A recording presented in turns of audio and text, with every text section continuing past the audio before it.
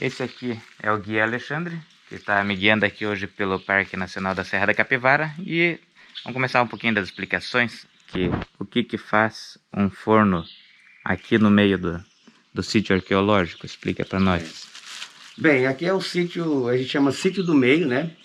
Geralmente esses nomes são dados porque são nomes vulgares, dados pelas próprias pessoas que moravam por aqui. Esses abrigos, eles serviram para esses homens primitivos, há muito tempo atrás, mas também serviu para o homem contemporâneo. Aproveitava esses paredões para fazer suas moradias e também o seu trabalho. Aqui é uma réplica de um forno de farinha que as pessoas vinham, plantavam aqui nas proximidades do sítio, faziam seu material, a farinha, a tapioca, e geralmente na cidade de São Raimundo Nonato, antigamente o sábado era o dia de feira, era o dia que essas pessoas se deslocavam daqui para levar, para fazer o comércio, ou vender, ou trocar por outro material. E sempre era utilizado abrigos como esse, que serviam também de moradia para eles. Além de fazer o trabalho, eles também moravam nesses lugares. Então são pessoas que a gente vamos chamar eles de maniçobeiros. Esses maniçobeiros, eles utilizavam-se da maniçoba, uma árvore, para retirar o latex onde eles faziam borracha. Uma dificuldade muito grande para encontrar esse material e muito mais difícil também para vender, porque às vezes, pela falta de água, acontecia dessas pessoas trocarem o latex, que eles passavam uma semana para conseguir retirar um balde de latex, acabavam trocando por tambores de água, pela grande dificuldade da nossa região, aqui deve ser uma região semiárida, muito quente em certas épocas, e por conta da rocha ser uma rocha sedimentar, porosa, a água ela infiltra muito rapidamente no solo, tendo uma grande problemática para essas pessoas que moravam aqui. O Sítio do Meio ele é considerado aqui para o Parque Nacional Serra da Capivara o segundo sítio mais importante do Parque Nacional. Qual a importância desse lugar? Aqui foram encontrados vestígios arqueológicos fabricados pelo homem que hoje são considerados os utensílios mais antigos do continente americano.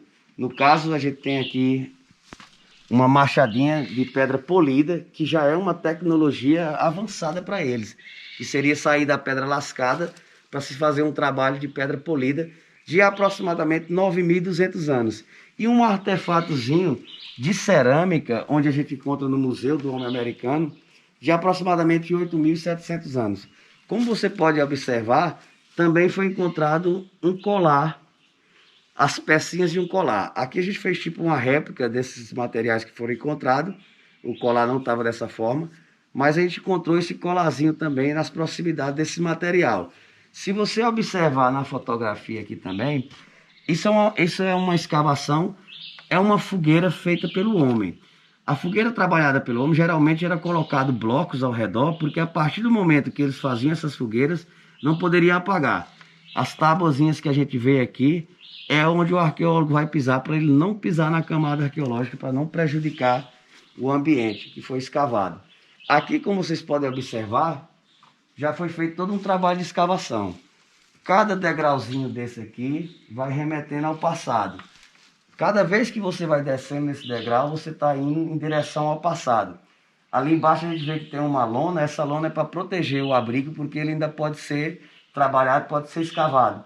Daí esses materiais, o vento vai trazer outro sedimento, para que esse sedimento não se choque com o que a gente já tem. Aqui há pelo menos 20.000 anos, esse abrigo se iniciou naquela parte, já poderia ter até uma ocupação, está sendo feito um trabalho abaixo dessas lonas, porque foram encontrados alguns traços na rocha, no próprio material, que a gente vai chamar de rocha matriz, que seria o início do abrigo. A partir dali, quando a gente chega naquele momento, as escavações elas não vão continuar, mas foram encontrados alguns traços na rocha que podem ser, estão sendo analisados para ver se são gravuras rupestres. Além das pinturas rupestres que a gente vai ter, a gente vai observar, a gente também vai observar a gravura rupestre. E aqui foi um lugar que está sendo feito análise para saber se são gravuras ou se são realmente da própria rocha, do próprio tempo. Mas como está aí um abrigo aqui que está coberto, exposto, hoje está exposto, mas que teve coberto pelo menos 20.000 anos, esses traços eles são bem diferenciados, mas ainda está em estudo, não tem nada de comprovado ainda no sítio. E qual a diferença de gravura para pintura rupestre? Olha, a pintura rupestre, a gente vai estar observando ao longo do nosso passeio, vocês vão ver que as pinturas rupestres elas são trabalhadas com óxido de ferro. Na sua maioria a gente vai ver cores vermelhas, mas além do vermelho a gente vai ver o amarelo, vai ter o cinza, vai ter o preto, vai ter o branco. A maioria deles são feitos com esses materiais. O óxido de ferro a gente consegue a cor vermelha, que é a hematita. O amarelo a gente consegue com o óxido de ferro, que a gente chama de goitita. A gente tem um branco que pode ser uma caulinita ou uma calcita. A gente vai ter o preto, que podem ser fósseis de animais queimados. E a gente tem o cinza, que é a mistura do branco com o vermelho. Mas branco com vermelho vai dar rosa. No caso de ser um óxido de ferro, se você olhar com bastante detalhe, você vai ver que os cristalzinhos eles tendem para a cor cinza, para uma cor mais escura. A mistura desses dois materiais, do branco com o vermelho, a gente conseguiu uma cor cinza. Quando a gente estiver mais à frente ali, a gente vai poder ver uma pintura rupestre nessa cor cinza, que é algo diferente para a gente. Mas como foram feitas essas pinturas? Por que ela está aqui há tanto tempo? Observem, ó, que a gente tem um teto natural, um abrigo. Esse abrigo aqui, ele fez a proteção dessas pinturas rupestres. Mas se eles utilizassem só do óxido de ferro, seria como um giz que a gente utilizava antigamente no quadro negro. Ele já teria se perdido. Mas provavelmente foi utilizado um outro material, algum material orgânico, provavelmente, quem sabe, também aquecido. Isso são estudos que a gente não pode comprovar, porque se houve um material orgânico, hoje ele não existe mais. Se houvesse esse material orgânico, a gente teria a possibilidade de datar a própria pintura. Hoje a gente não consegue fazer isso. A gente chama a datação de uma fogueira feita pelo método carbono 14 de uma datação absoluta. A gente consegue identificar a última vez que aquela fogueira se apagou, e esse material a gente leva para análise e vai ter a comprovação das suas datações. Já a pintura, a gente tem uma datação relativa ao tempo. Como a gente vê que é um paredão de arenito, há desplacamentos na rocha que faz com que esses blocos com pintura, essas placas com pinturas, elas caiam na camada de ocupação próximo a uma fogueira.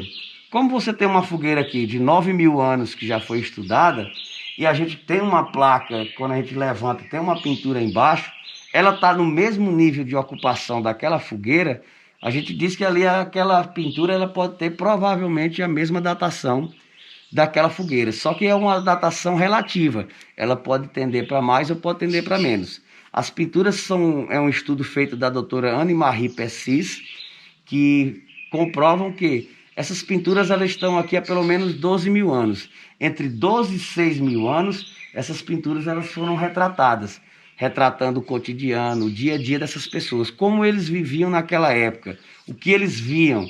Então, animais da época, a gente vai ter a possibilidade de ver veados galheiros, emas, que hoje, no nosso clima semiárido, não teriam condições de sobreviver, mas que estão presentes, ou seja, eles pintavam, retratavam o seu dia a dia, o que eles faziam, seus rituais, suas danças, suas cenas de sexo, de caça, de luta. A gente vai ver muitas representações disso e movimentos, como se as pessoas estivessem uma do lado da outra, com braços para um lado, braços para o outro, como se quisessem recriar o movimento dessas pessoas. É uma arte muito bem feita, que a gente não sabe quem fazia, por que faziam, só que a gente percebe o seguinte, pelas algumas pinturas que a gente consegue identificar, que a pintura também rupestre, ela tem a sua identidade livre, ela é livre para você interpretar, mas algumas pinturas a gente vai perceber que são figuras que a gente identifica. A figura do veado galheiro, a figura da ema, essas figuras de lutas, dessas cenas, a gente consegue identificar bem. Por que eles pintavam? Vamos pensar que aqui era a sala de aula deles. Quem pintava? Não acredito que todos tinham esse mesmo cuidado de fazer isso, não. Agora a gente percebe o quê? Que já havia uma forma deles viver em conjunto. Provavelmente, eles estando em conjunto, eles eram mais fortes, eles tinham mais possibilidade de sobreviver. Como eles eram caçadores, coletores, eles também poderiam ser a caça para algum animal da época.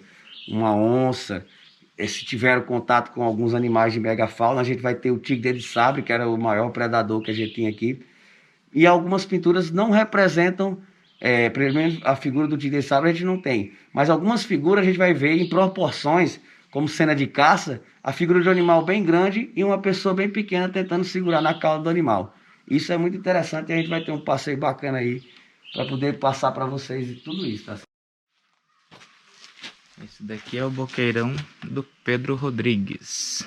E agora a gente vai lá pra dentro para depois subir em cima. A gente tem algumas pessoas já que estão bem aqui nessa parte do alto e vai depois dar uma caminhadinha aqui também.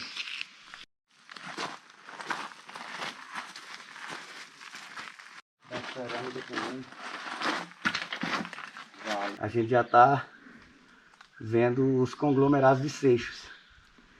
Então quando você vê... Que são essas aqui, ó. Vocês estão vendo essa rocha mais amarelada, essa outra? Isso aqui. São todos seixos blocos, rolados. É o quartzo. Então quando você vê aquela parte mais clara, do meio para cima, são paredões de conglomerados de seixos. Ali, ó, dali para lá. A parte de baixo, mais escura, é o arenito. E aquela lá é a pedra furada, que depois a gente vai dar uma passada por lá. É, essa ali mesmo. Depois a gente vai lá na frente dela.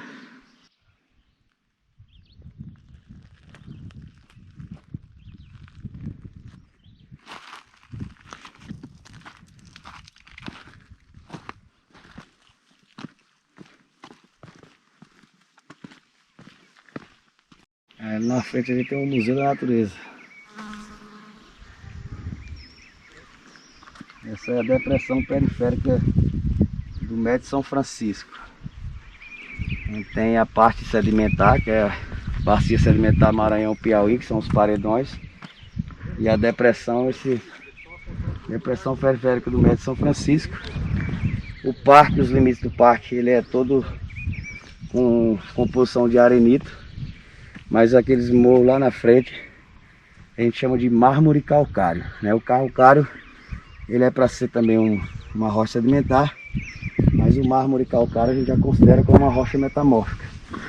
Houve uma metamorfose naquele lugar, ali são mais propícios a ter cavernas.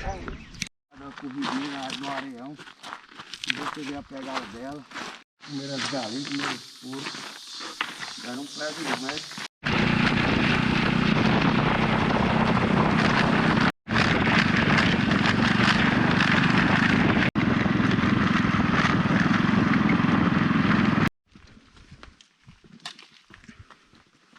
Pessoal, isso aqui a gente chama de BPF, é o Boqueirão da Pedra Furada. Boqueirão é o nome vulgar dado para esse espaço que a gente vê aqui. Quando você vê os paredões de um ângulo do alto, é como se fosse uma boca se abrindo. Esse sítio aqui é o sítio principal que nós temos aqui no Parque Nacional Serra da Capivara, além de ser o sítio com o maior número de pinturas. A gente vai ver mais de 1000 pinturas rupestres no painel. Esse espaço que a gente vê aqui nessa parte de baixo é onde foi feito todo o trabalho de escavação, onde durou 10 anos, desde 75 até 85. Houve os trabalhos de escavação aqui. Quando a doutora Niede Guidon chega com sua equipe para fazer os trabalhos, ela vai encontrar muitas estruturas de fogueira. Pelo menos 150 estruturas de fogueira com restos de carvão foram encontradas nessa região, até chegar a uma fogueira, um resto de um carvão datado de aproximadamente 48.000 anos. Se esse carvão ele foi realmente feito pelo homem, está aqui o sítio mais antigo do continente americano do que se diz respeito à presença humana. Aqui não foi encontrado nenhum osso humano, porque a gente considera esse sítio como um acampamento ou uma oficina. Foram encontrados muitos materiais líticos. Materiais líticos são os materiais que eles utilizam para fazer seus armamentos, suas lanças, suas machadinhas. E questão de osso humano, esse não foi o lugar que não foi encontrado. Lá na frente, se você puder observar onde tem aquela lona branca, depois a gente vai estar aproximando por lá também, é o bloco testemunho da escavação. É o pedaço da escavação onde a gente não mexe. Esse sítio, se você observar bem aqui na parte de baixo, tem alguns refletores, porque ele é um sítio que pode ser visitado na parte da noite. Tem uma iluminação, você paga uma certa quantia, durante 40 minutos esse sítio ele é todo iluminado. Nesse momento a gente não está fazendo esse tipo de trabalho. Esse é o único que tem essas passarelas também na estrutura de ferro. É um abrigo de aproximadamente 70 metros, então faz um teto rochoso, um abrigo sobre rocha que a gente chama, onde essas pessoas se abrigavam nessa parte de baixo. As escavações elas são feitas sempre nesse limite do teto para dentro do abrigo. E aí, desses estudos que são feitos, daqui vocês estão no principal sítio do Parque Nacional Serra da Capivara. Provavelmente onde tem aquela parte ali é uma queda d'água. Pode ter sido uma cachoeira muito tempo atrás, que foi um dos motivos também que fizeram com que eles passassem mais tempo nessa região. Quando eles chegam aqui na nossa região aqui, eles vão encontrar abrigo, esse teto rochoso, vão encontrar água e vão encontrar comida. Então eles encontram realmente o que eles estavam procurando, que seria o paraíso para eles. Aqui está uma prova disso e a gente vai subir ali para poder ver várias cenas que retratam esse cotidiano, o dia a dia deles. Vai ter cenas de sexo, cenas de luta, cenas de caça, cenas de adorações, rituais e muitos animais. E a gente faz um convite para a gente conhecer o Boqueirão da Pedra Furada. Isso aqui é o que dá para ver do que foi a cachoeira esculpida aí nos arenitos pela água durante esses muitos anos. Hoje a gente tem uma queda d'água, quando chove, a gente vem aqui, a gente tem o privilégio de ver descendo água, que para a gente também é um espetáculo, porque a gente vive em um lugar muito seco, não é comum a gente estar vendo essas quedas d'água. Um conselho, nunca tome banho numa queda d'água onde a rocha é de arenito e lá no alto existem conglomerados de seixos. Você pode ser atingido por um seixo desses rolados. O arenito, essa rocha sedimentar, ela já tem essa propriedade. Ela não nasceu aqui, ela foi transportada de um lugar para outro. Como ela está nessa grande proporção, é porque esse transporte foi feito por, quem sabe, águas do mar. Mas hoje a gente continua tendo essas quedas d'água e continua tendo vento, então essa sedimentação ela continua em movimentação. Só que é uma movimentação um pouco mais lenta. Aí, ó, se vocês conseguirem ver lá no fundo, tem as pedrinhas redondas. Essa pode cair na tua cabeça se você tiver numa queda d'água embaixo. Aqui a gente tem um de painel uma formação arenítica. que é igual lá do sítio do meio, que vai contar um pouco sobre a história do lugar. Pela fotografia está um pouco destruída, mas essa primeira vai ser o bloco testemunho que a gente tem. Cada degrauzinho desse remete a uma época mais remota. A gente vai da escavação do presente ao passado. Aqui a gente tem um aparelhozinho de topografia e aqui foi um dos materiais líticos que foram encontrados. Você pode ver que já tem todo um trabalho feito de lascamento para se fazer uma arma ou um utensílio de corte, né? Pode ter sido utilizado como raspadores por eles para poder fazer os seus alimentos. Se você puder observar ali em cima, a gente tem um lagarto. Do lado esquerdo ele vai ter uma ema, zona de perfil. Depois vem um outro e fez um lagarto branco por cima. Do lado esquerdo em cima a gente tem uma figura que lembra muito a figura de um caranguejo. E embaixo a figura humana como se ela tivesse com uma vestimenta. Geralmente os homens eles estão de uma forma nu. Um com a mãozinha mais aqui, segurando na outra, mas a gente tem o sexo bem representado. E a cor amarela aqui, ó, a goitita, com o traço do vermelho, a gente tem porque o salitre está meio que já dominando esse painel. Ali a gente tem um branco também. O salitre é difícil, você não tem condição de fazer a limpeza. Como eu disse, ele vem de dentro para fora. E aí isso prejudica também algumas pinturas. Algumas pinturas elas são um pouco mais elaboradas, com a cor vermelha, com traços brancos, ou outros com traços geométricos. A gente pode considerar isso aqui como se fosse uma cena de caça, ó. Parece uma figura de um tatu bem grande em relação à pessoa, e como se a pessoa estivesse pegando na cauda desse animal. O outro tá ali, o veado, como se ele estivesse em movimento, correndo. A gente pode levar isso em consideração também desse hominho com cocar na cabeça mais corcundo, como se fosse um ritual, algum tipo de dança. E a gente vai chegando no painel principal do parque, que é onde está a cena do beijo. A gente chama-se a cena do beijo. E embaixo aqui a gente pode ter uma figura de um parto.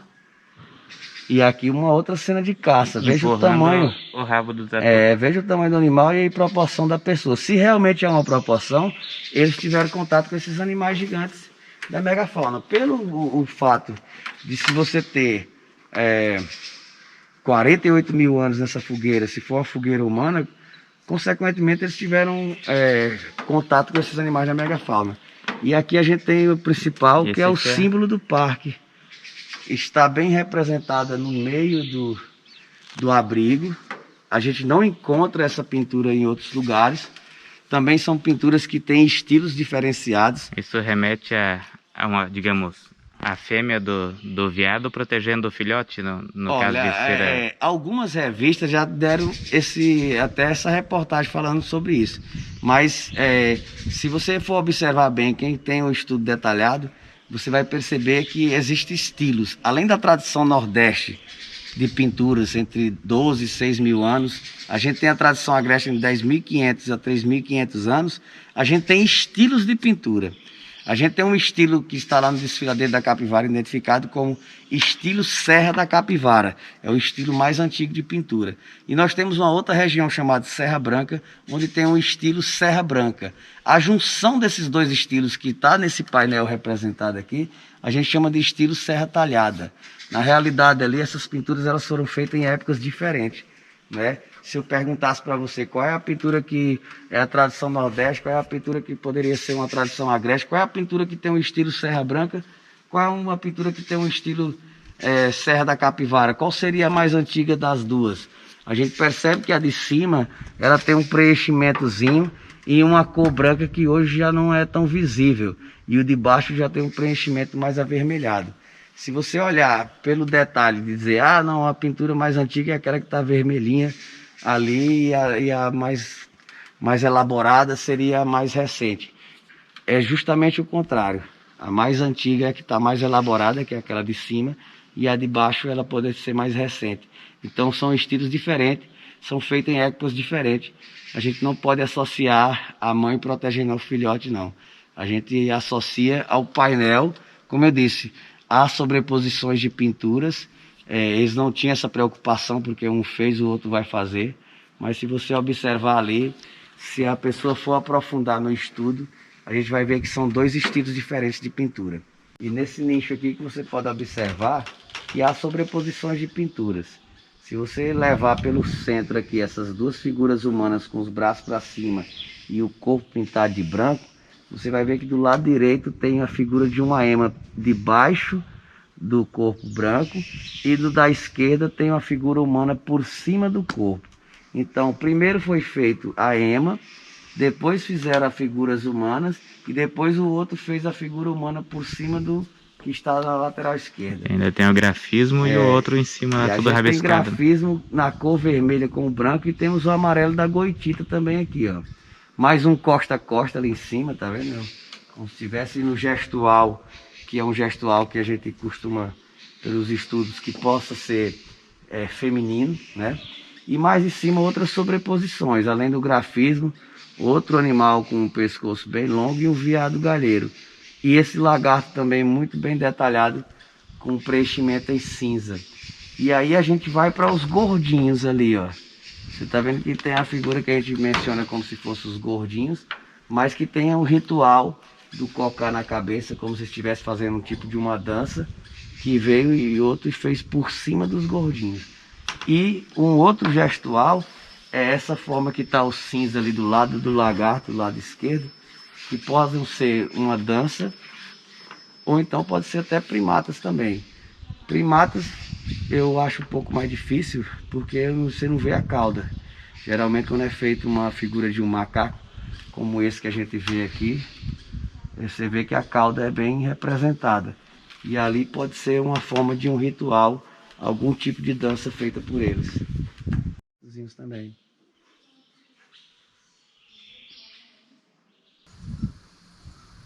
Então agora é outra vista da Pedra Furada, que vai estar ali, ó. Dessa vez atrás do furo tá aquela outra rocha lá, aí não destaca muito bem aqui no vídeo.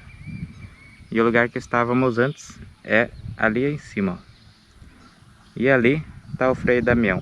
Eu apelidei aquela rocha lá, porque ela parece umas estátuas do Frei Damião que tem na beira da estrada lá, aqui pelo Nordeste. E aqui tem essa pedrinha. A gente veio daí de cima. Aí a gente chama de Torres Gêmeas. A gente vê lá do outro lado e a gente vê as duas, uma colocada posicionada de um lado da outra. Se você parar bem ali pro lado da Pedra Furada, ó, você vai perceber que do lado direito era para ser também uma outra pedra furada, né? Só que caiu o arco. E o arco caiu e ficou parecendo o mapa do Brasil. Se você olhar também, parece o formato do mapa do Brasil. Quando a gente chega lá, é bem mais visível. Aqui é como se a gente estivesse vendo a pedra furada de frente, de uma vista panorâmica, onde lá embaixo, quando a gente for encostar lá, a gente vai ver que lá também existe o Anfiteatro da Capivara, onde existem eventos Ali assim, que são olha. colocados aí. A Onde dá pra Ópera ver da o... Serra da Capivara foi o último, mas a gente já teve o Interarte e o Acordais. Interarte com apresentações de vários artistas do Brasil e do mundo. O Acordais já foi uma coisa mais regional, com artistas, só artistas do Piauí. A Ópera da Serra da Capivara ela já é diferente, e o primeiro ato foi a chegada dos homens aqui na nossa região, no primeiro ano. No segundo ano foi uma homenagem aos grupos indígenas. Já no terceiro ano foi uma homenagem ao Nordeste. Cada um desses temas é tido uma apresentação com dança, música, teatro, poesia. E esse ano era para ser o ato Nied Guidon, pelos seus 50 anos de trabalho aqui no Parque Nacional Serra da Capivara. Infelizmente, com a pandemia, não pudemos realizar. A gente espera que tudo isso passe e que a gente possa ainda fazer essa homenagem à doutora Nied Guidon, que até hoje está com a gente aqui ainda, nossa grande mentora. Agora seguimos lá para a Pedra Furada, que é um dos pontos mais interessantes aqui.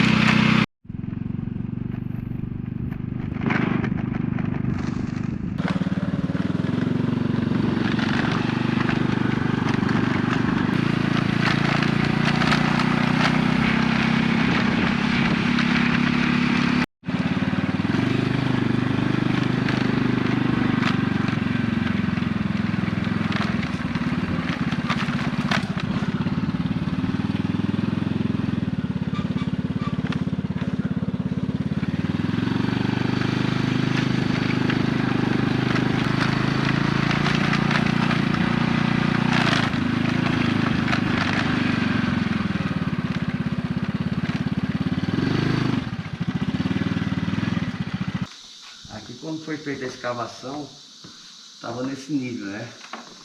A gente tem uma plaquinha que informa que essas eminhas que a gente vê aqui na foto, elas vêm aparecer depois que é feita a escavação. Ó. Essa sequência ela estava debaixo do solo. Aqui a gente chegou na rocha matriz. A gente fez uma escavação. Ali na frente a gente deixou um espaço para mostrar como é a fogueira. Aqui esses restos de carvão que foram trabalhados aqui deram aproximadamente 9.000 anos. Ainda tem uma manchinha escura de carvão e a gente vê o posicionamento dos blocos. Quando você vai fazer a escavação, geralmente você vai com uma colherzinha de pedreiro, um pincelzinho, né? A gente deixou o material, já foi analisado, foi estudado. A gente conseguiu já as datações. Hoje ficou como uma amostra para o turista. E aí a gente tem um pouco do que fala, né? Quando as escavações foram feitas em 2001. E esse aqui é o fundo do baixão da Pedra Furada. E as datações do carbono 14 que forneceram 9.420 a 8.980 anos atrás. Que são justamente... Isso é o que diferencia uma fogueira natural de uma fogueira humana. A fogueira humana geralmente ela vai estar nesses ambientes de abrigo, onde é o lugar de proteção, e à medida que esse fogo era aceso, ele não poderia ser apagado. Então sempre a estratégia de colocar no lugar onde não pega chuva. Ali embaixo tem uma placa que antes de ter a passarela a gente conseguia identificar, chegar até lá perto. Ali nas escavações foi encontrado, que está hoje também no Museu do Homem Americano, uma espada de origem europeia, justamente desse colonizador. Como eu disse, a colonização do Piauí ela é diferenciada, que ela foi do interior ao litoral. E à medida que esses colonizadores vai desbravando próximo aos rios, encontrando grupos indígenas, ou você ajudava ou você era dizimado. Então muitos grupos indígenas apareceram por conta desse colonizador. À medida que o colonizador ia dominando as terras no Piauí, a coroa ia dando a esse colonizador terras. E essas terras eles passaram a fazer o que nós chamamos de currais. O Piauí também, em uma certa época, foi um dos maiores criadores de gado do Brasil. E aí cada colonizador que passava, que recebia essas terras, eles criavam os currais. Esses currais geralmente eram dominados por uma figura que vai aparecer também no sertão, que é a figura do vaqueiro. Então o vaqueiro era o intermediário do senhor com os nativos da região. E aí eles eram quem dominavam e cuidavam desses currais. Às vezes o colonizador demorava vários e vários tempos sem vir para visitar as suas terras, o que era de domínio dos vaqueiros. Os vaqueiros, como tinham suas armas de fogo, era quem controlava os nativos, ou escravizando, ou colocando para trabalhar, ou até mesmo dizimando da região. E ali está uma dessas provas que o colonizador também, ele deu a sua passadinha, a sua contribuição por aqui. E essa espada foi datada? É da época da colônia? Ali as datações, está lá no museu lá, é do tempo lá, 1000, tá ali 400, 1500, uma coisa assim, da época mesmo, quando já começa a fazer a colonização de lá, São Paulo, que vem os bandeirantes, daí o colonizador, quando passa a fazer a colonização aqui no Piauí aqui, eles junto com eles, aqui na nossa região de São Raimundo Nonato, a gente tem também a presença dos padres jesuítas, que eram quem fazia a catequese dos nativos da região, que vieram junto com esses colonizadores também. Lá no Museu do Homem Americano, que infelizmente hoje está fechado, a gente tem a exposição dessa espada lá mostrando a época que eles tiveram, assim. Porque aí você vai o estudo feito de que época é a espada é justamente pela espada mesmo em si. Então aí você tem mais ou menos a época que esse colonizador teve aqui. Temos umas figuras aqui, poderia ser uma figura de um veado, porém houve desplacamento, as duas patinhas já se perderam. Já nessa aqui da frente ficou só a cabeça. Né? Aí você pode ver que o paredão ela tem um tom que volta assim para a cor amarela, que é uma presença da goitita. E também para se fazer a pintura precisa encontrar essa goitita o mais puro possível. Mais alguns grafismos, figuras humanas, e o destaque desse sítio é essa figura de uma onça. E aí essa onça, pela representação ali da parte traseira, seria uma fêmea da espécie. E aí o detalhe é tão interessante que eles criaram até os bigodinhos da onça. E aí esse é o destaque maior desse sítio arqueológico, além das figuras das emas que estavam todas por debaixo do sedimento. Essa parte aqui da onça também, ela aparecia no nível como se tivesse, a pessoa tivesse desenhado ela deitada. Mas aí depois que a gente faz a escavação, que chega até a rocha matriz, da origem do abrigo, é que a gente vai ver que tem uma altura. E aí você consegue ver média. até mais lá embaixo outros desenhos já a 1 metro mais ou menos do chão, né? Acho que são os primeiros registros ali. Ou tem mais para baixo ainda? Não, chega até ali. Em cima desse abrigo aqui, a gente vai ter o chamado Caldeirão dos Rodrigues. Existem 3 sítios principais do Parque Nacional Serra da Capivara que estão nessa proximidade aqui, que eles foram feitos todos esses trabalhos de escavação. Um é o Boqueirão da Pedra Furada, que é o principal sítio onde a gente passou, que ele está ao nível do vale a 19 metros. O outro é o Sítio do Meio, que foi o primeiro sítio que a gente visitou, que é o segundo sítio mais importante do parque por conta dos vestígios encontrados lá de seus primeiros, feito pelo homem, que está a 3,5 metros ao nível do vale. E o outro é o Caldeirão dos Rodrigues, que está a 70 metros de altura, onde foram feitos trabalhos de escavação, e lá também chega a pelo menos 20, 30 mil anos a ocupação do homem naquela região. Isso para mostrar a relação que tem esses sítios e com as pinturas, e também provavelmente em épocas mais úmidas, eles gostavam de ficar sempre nas partes mais altas, por conta da parte mais baixa ter as suas cachoeiras, os seus riachos, seus rios. À medida que o clima vai mudando e vai secando, a impressão que dá é que eles vão vindo para as partes de baixo, onde está também a concentração de água.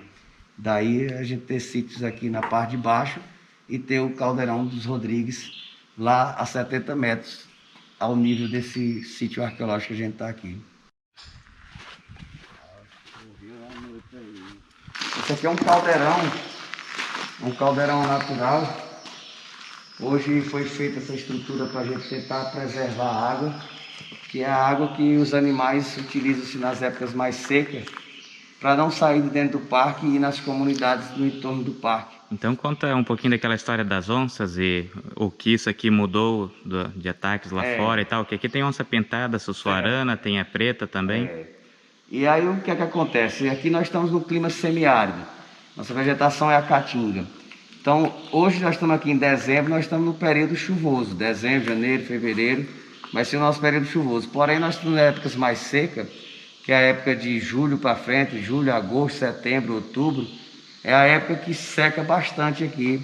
E aí a escassez de água, a doutora vendo isso, ela via que nas épocas mais secas essas onças, elas saíam de dentro aqui do parque e iam para as comunidades, em busca de água e de comida. Não só as onças, os macacos, todos os outros animais. E por conta da sedimentação dessas rochas serem porosas, a água infiltra rapidamente. Mas se vocês puderem vir aqui mais próximo aqui, ó, aí vocês vão ver que hoje já tem uma estrutura feita de cimento, com essa barreira aqui. Essa água, dentro do parque, hoje nós temos vários lugares como esse, a gente chama de caldeirão, onde armazena essa água. Isso foi um dos fatores que fez com que esses animais, a onça, o macaco, diversos outros animais, se mantessem dentro do parque e não fossem mais aos povoados próximos buscar água ou comida, que causava muito transtorno para as comunidades, né? Às vezes iam no pé de manga, no pé de laranja, os macacos faziam uma bagunça muito grande e a doutora tinha que fazer um tipo de indenização para que essas pessoas elas não matassem esses animais. Mas aí vendo que o problema mesmo era a escassez de água. Hoje nós temos vários e vários lugares como esse, onde armazena-se água, e aí esse lugar aqui, hoje é o reservatório desses animais, e eles hoje se mantêm dentro do parque, o que fez também com que a população desses animais crescesse significativamente. Hoje nós temos muitas onças pintadas, muita onça preta, muita onça vermelha. Os macacos, nós temos 3 tipos de primata: o macaco prego, o sonim e o macaco guariba, e diversos tipos de aves e outros animais, catitu, cutia, tatu.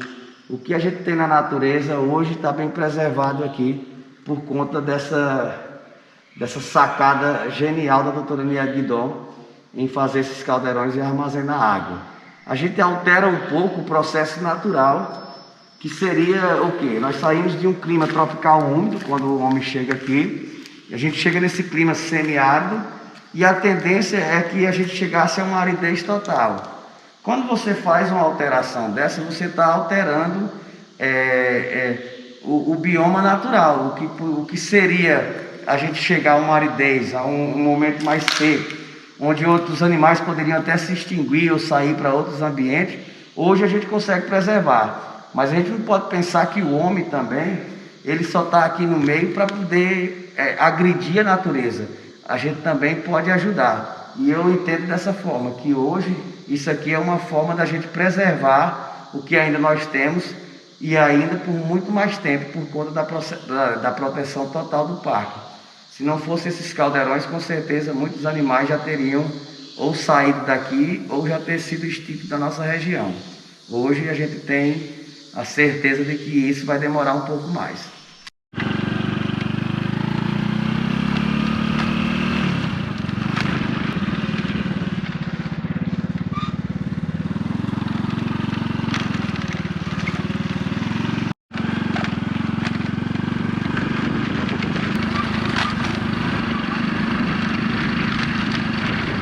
E aí daí a gente vê também pinturas de peixe. Como a gente viu lá no Boqueirão da Pedra Furada, aqui na Toca da Fumaça também a gente vê figuras de peixe. Figura daqueles gordinhos também com os braços abertos. O tatu de Cena cara de ali de novo. caça, né? A gente vai ter pinturas sobre pinturas. Bem na parte de cima aqui a gente vai ver também figura masculina e feminina também, igual parecido com a onça que a gente viu, os dois traços, representação feminina, representação masculina. Tem algumas pinturas que se destacam, uma bem maior aqui, uma figura parecida de um veado, e em cima ali como se a pessoa estivesse segurando na cabeça da outra, né? E ali a gente vai ter também uma cena que é muito interessante, não sei se vai dar para captar, que é a figura que parece que tá dando mortal ali, ó. Sim, como se uma fosse... sequência, né? É. Como Então a aquele gente tem... desenho que tu faz no caderninho É. para ele criar movimento. E aqui a gente tem um cocá bem grande ali no centro. Logo acima tem uma figura que a gente pode representar, a figura de uma onça. E mais uma figura em forma de adoração, que é, como a gente diz, poder ser uma figura feminina, né?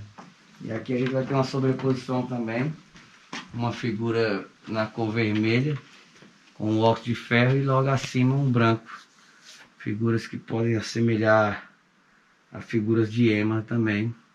E também do lado esquerdo, figuras humanas. A parte de cima aqui, se você olhar no teto, essa parte escura, é a parte da foligem, porque aí é o fogo que era feito por eles, para poder ficar aqui. Ó. Você vê que o terreno está ainda liso, está limpinho, não foi escavado ainda, né? Nessa região aqui não foi feito nenhum tipo de escavação. O abrigo ele foi povoado até antes da criação do parque. É mais um abrigo sobre rocha, pequeno, mas de qualquer maneira esse teto aqui já era suficiente para que eles pudessem se manter e se proteger do sol, da chuva e do frio, né? Por conta também até das suas fogueiras.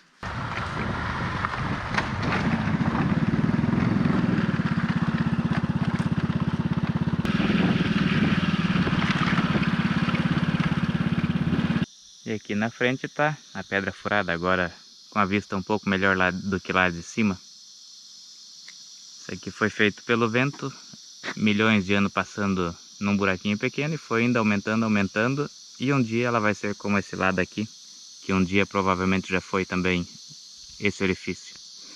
Que quem lembra também já viu lá naqueles vídeos dos Estados Unidos, aqueles arcos. A história é a mesma, lá era granito e o vento que comeu e formou estes arcos aqui.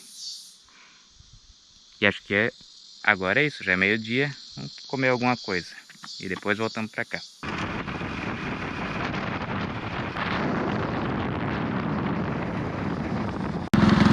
Acabamos de almoçar, agora vamos para o segundo round. Visitar mais alguns lugares aqui na Serra da Capivara.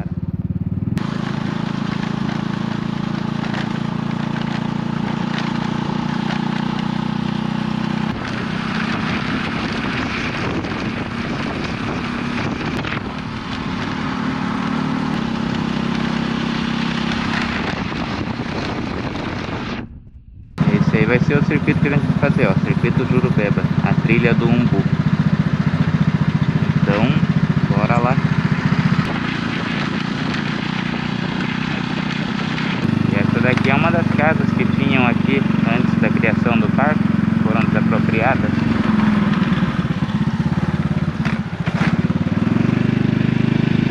Foi feita uma réplica delas e hoje também está no Museu do Homem Americano, esse painel bem que você está filmando. Se você chegar no Museu do Homem Americano na parte externa, você vai ver o painel muito parecido. Um artista de São Raimundo Nonato que foi fazer um treinamento na França para fazer esse tipo de réplica. Hoje as réplicas deles são perfeitas. Esse painel que está aqui, que a gente está vendo, você vai encontrar ele lá na parte externa do Museu do Homem Americano, né? E aí as gravuras aqui, quando foram levadas para lá, é porque era um circuito que não era aberto à visitação. E sobre a idade dessas gravuras, eu estava perguntando para ele falou que é mais recente do que as pinturas. O que dá para, olhando assim, se os caras só rabiscavam, dá pra gente pensar que era mais antigo, né? Mas não. Os caras devem ter esquecido como é que fazia a tinta. Oh, Ali tem mais algumas gravuras. A gente vai ter algumas pinturas rupestres também, né? Esse sítio ele é bacana por conta disso. A gente conseguir ter, além das pinturas, a gente tem essas gravuras que elas não estão tão presentes em todos os sítios. Não são todos os lugares que a gente vai encontrar a gravura rupestre. A gente viu lá no sítio do meio uma pequena amostra, mas aqui a gente vê uma grande quantidade e o destaque são tridígitos, né? E aquele orifício com aqueles Pois riscos, é. aquilo é deles mesmo É, também? a pintura é feita, o buraco que tem ali já é feito naturalmente. Aqui quando a gente fez a escavação, dentro desse abrigo aqui a gente encontrou alguns materiais líticos, né? Raspadores, lança de pedra lascada. A gente conseguiu encontrar, além disso, algumas sementes muito antigas também, assim, casco de algumas sementes também que foram comidas e foram guardadas dentro desse espaço. Então isso era um armário dos caras. Vamos guardando aí, quando a gente chega tá cheio de fezes de mocó, né? O mocó é um roedor muito típico aqui, hoje ele está em grande abundância, né? Essas manchas mais escuras aí é a marca do cocô, mais a urina. E hoje é uma grande ameaça para o sítio arqueológico. Porque a partir do momento que ele tem essas fezes e essa urina, chegando na pintura pode causar um problema seríssimo. E aí é um Tropidurus elenae, um lagartozinho endêmico da nossa região. Tá meio assustado ali. E lá tá correndo o mocó, que não deu para ver bem aqui, mas tá lá. E aqui a gente tem, ó, um painel que, se a gente for partir para observar direito, vão ter algumas pinturas que vão se assemelhar àqueles grafismos que a gente viu no Boqueirão da Pedra Furada, né? Aqui a gente está a uma distância de uns 10 quilômetros aproximadamente do Boqueirão e tem algumas pinturas que se assemelham. Se você voltar depois um pouquinho aqui, você vai perceber que tem dois macacos, um de frente para o outro, nesse enquadramento bem aqui, ó, cabeça, corpo, a cauda, as patas, como se estivesse um de frente para o outro, e você vê que é uma proporção muito parecida de um desenho para o outro, né? Aqui tem um macaco aí, se vocês conseguem entender no que estão vendo na tela. E ali o segundo.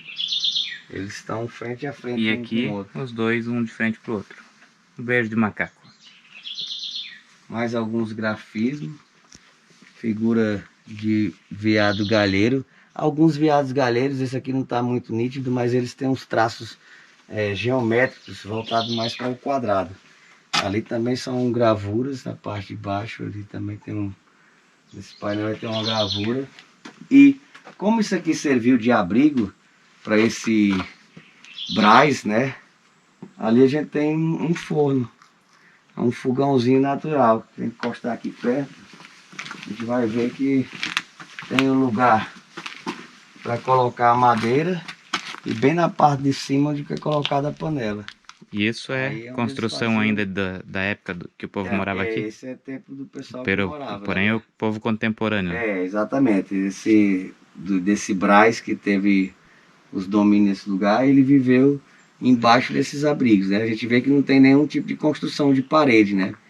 A gente pode ver isso na casa do Alexandre ali na frente, que é uma casinha de taipa, que eles também aproveitavam para fazer, aproveitando o teto, eles só faziam as paredes assim, laterais e da frente, aproveitando o próprio teto natural, só para poder ter uma proteção maior. E aproveitando aqui para deixar registrado no vídeo, qual que é o nome dessa toca aqui? Essa é a toca do sítio, toca da roça do sítio do Braz 1. A gente tem o 2 e o 3, que são sítios menores que estão mais adiante.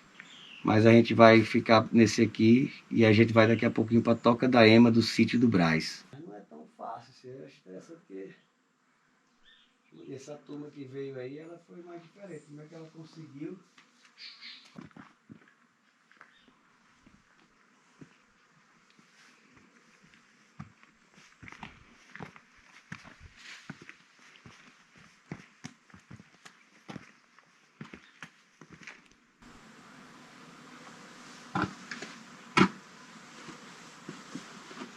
Então essas eminhas aí é que dá nome ao sítio.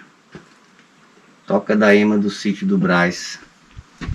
Uma sequenciazinha delas. É um pouco degradado o espaço, mas ali à frente a gente vai conseguir ver mais algumas representações, algumas cenas. Bem interessante, velho. Ainda bem que é só o couro. Aqui as pinturas. Ali mais umas. E aqui a gente tem uma na coloração meio que branca, uma em cima da outra, né? Parece que foi desgastado até ali, né? É. E aqui tem a cobra, a casca de uma cascavel, será? Não, jararaca. Não, esse com rabinho fininho aí é uma corredeira. Tá vendo que ela tem um rabinho bem afiladinho, ó. É porque ela muda de cor, mas ela é uma corredeirazinha das grandes que a gente tem, né? E essa é venenosa? Não, não. Mas aqui, como ele tá dizendo, tem coral, cascavel, jiboia, jararaca, tem de tudo aqui. Onça, de todo que tipo. Aqui a gente fez uma limpeza grande há 20 anos atrás. Hoje já tá precisando de uma outra manutenção em alguns lugares, né? Vira peixe na merda do mocó. Uma pintura que foi batizada é o Thunderbird. Seria o pássaro trovão. E essa figura, né? Tem a boca de jacaré. E aí a gente, assim, é pela semelhança do Thunderbird norte-americano, né? Mas aí a gente não sabe se seria realmente esse pássaro, ou que pássaro seria, ou se realmente seria um pássaro, se não seria uma fantasia também de um homem, né? Você vê que tem uma cena de caça aí, tem um costa a costa, né? Mais uma que parece dança ali. Dança. É um filhotão aí, aprendendo a voar ainda, e a mãe tá pra lá. Essa aqui cantou aí.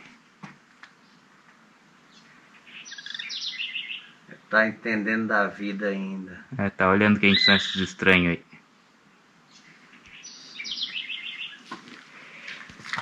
Já tá grande, né? Tá já começando a dar os primeiros voos. Bonito esse sítio. Não tanto pelas pinturas, mas pela parte... É o aspecto natural dele mesmo, né? O desgaste da rocha mesmo. Aí vem a mãe pra espantar nós. E o pai também, ó. Então tudo aí fazendo a proteção do filhote, né? Lembrando que a gente não é uma ameaça. A única ameaça que a gente tá tendo é porque a gente tá muito próximo do ninho. Mas... E como eu tava comentando com ele antes, conta aqui para nós quantos sítios tem catalogados, quantos estão abertos à visitação. A gente tem dentro do parque e no seu entorno, dá mais de 1.000 sítios arqueológicos já catalogados. Abertos à visitação, a gente tem um pouco mais de 200 sítios que podem ser visitados. Alguns deles têm as estruturas maiores. Para que ele se caracterize um sítio arqueológico, não precisa ser necessariamente que tenha pintura rupestre, que possa ter um vestígio, pode ser uma gravura, o resto de uma fogueira, o osso de um humano. Isso vai configurar algum material lítico, algum tipo de armamento. Então tudo isso pode configurar um sítio arqueológico. Mas vocês estão visitando aqui, virtualmente, o maior museu a céu aberto no que se diz respeito à arte rupestre em rocha de arenito, né? Que é o Parque Nacional Serra da Capivara. Esse é o maior museu a céu aberto do que se diz respeito às pinturas rupestres. É um espetáculo. Convido vocês que venham conhecer o Parque Nacional Serra da Capivara. Serão bem recepcionados. E mais do que a recepção, é a beleza natural que a gente tem aqui, que é fantástica, viu?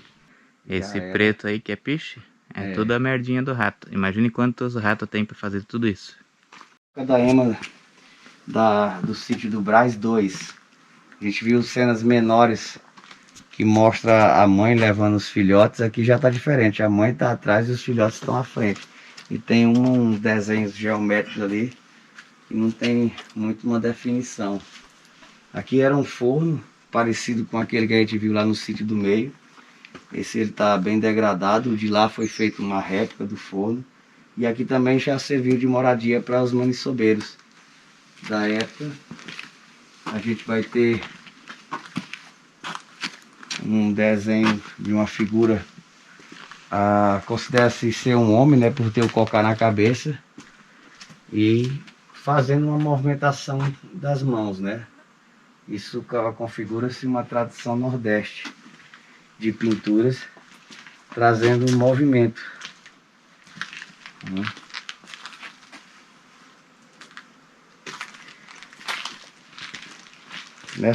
Desse sítio arqueológico, quando a gente estava trabalhando nele, ainda existiam algumas paredes ali do resto da casa desses maniçobeiros. Quando a gente estava fazendo o trabalho, uma das nossas amigas, a Eliette, que você conheceu no passeio, ela encontrou uma machadinha de pedra polida nessa casa, que não era das pessoas, que já era uma machadinha bem mais antiga, mas que foi utilizada por essas pessoas que moraram aqui mais recentemente.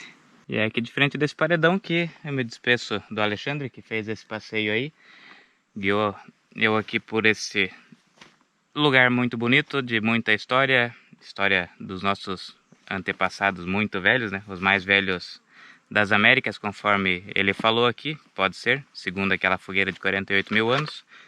Então, é isso aí. Espero que vocês, que a maioria não conhece, porque isso aqui ainda é uma coisa pouco divulgada no Brasil, mas se interessou, dá uma pesquisadinha. Vou deixar o site da Serra da Capivara aqui, e também deixo o contato do Alex. Se quiserem ele como guia, busque ele pelo WhatsApp ali. Vocês vão encontrar alguém que conhece bem a região aqui, que trabalhou na restauração e escavação dessas coisas aqui. Então, alguma coisa aí pra... Eu agradeço muito, viu? Seja sempre bem-vindo. Peço desculpa qualquer falha que venha acontecer a partir do momento que vocês ouvirem a minha fala. E tá feito o convite. Sou Alexandre, trabalho aqui há 20 anos, tenho muito orgulho de fazer parte dessa história, juntamente com todos os meus amigos, e ter tido a honra de ter trabalhado ao lado da doutora Niede Guidon, essa guerreira que nos deu esse patrimônio hoje cultural da humanidade, com tanta história, com tanta beleza, além de tudo, com os amigos que eu faço ao longo desses anos de trabalho. E aqui está mais um do meu lado aqui. Eu agradeço muito a você e a todos que vierem assistir esse vídeo. Um abração aí e sejam sempre bem-vindos ao Parque Nacional Serra da Capivara, no Piauí, Brasil. E é isso. E agora já é quase 5 horas da tarde, eu vou procurar onde acampar. E amanhã passo em São Romero do Nonato e sigo para Caracol, para o outro parque, que daí é a Serra das Confusões. Então, pessoal, espero que tenham gostado. Esse vídeo foi longo pra cacete e sei que a retenção dele vai ser baixa. Se você chegou até aqui e tá assistindo, tu é cara bom pra gostar desse tipo de conteúdo, e um vídeo de mais de meia hora acho que vai dar. Então, parabéns pra você e até o próximo vídeo.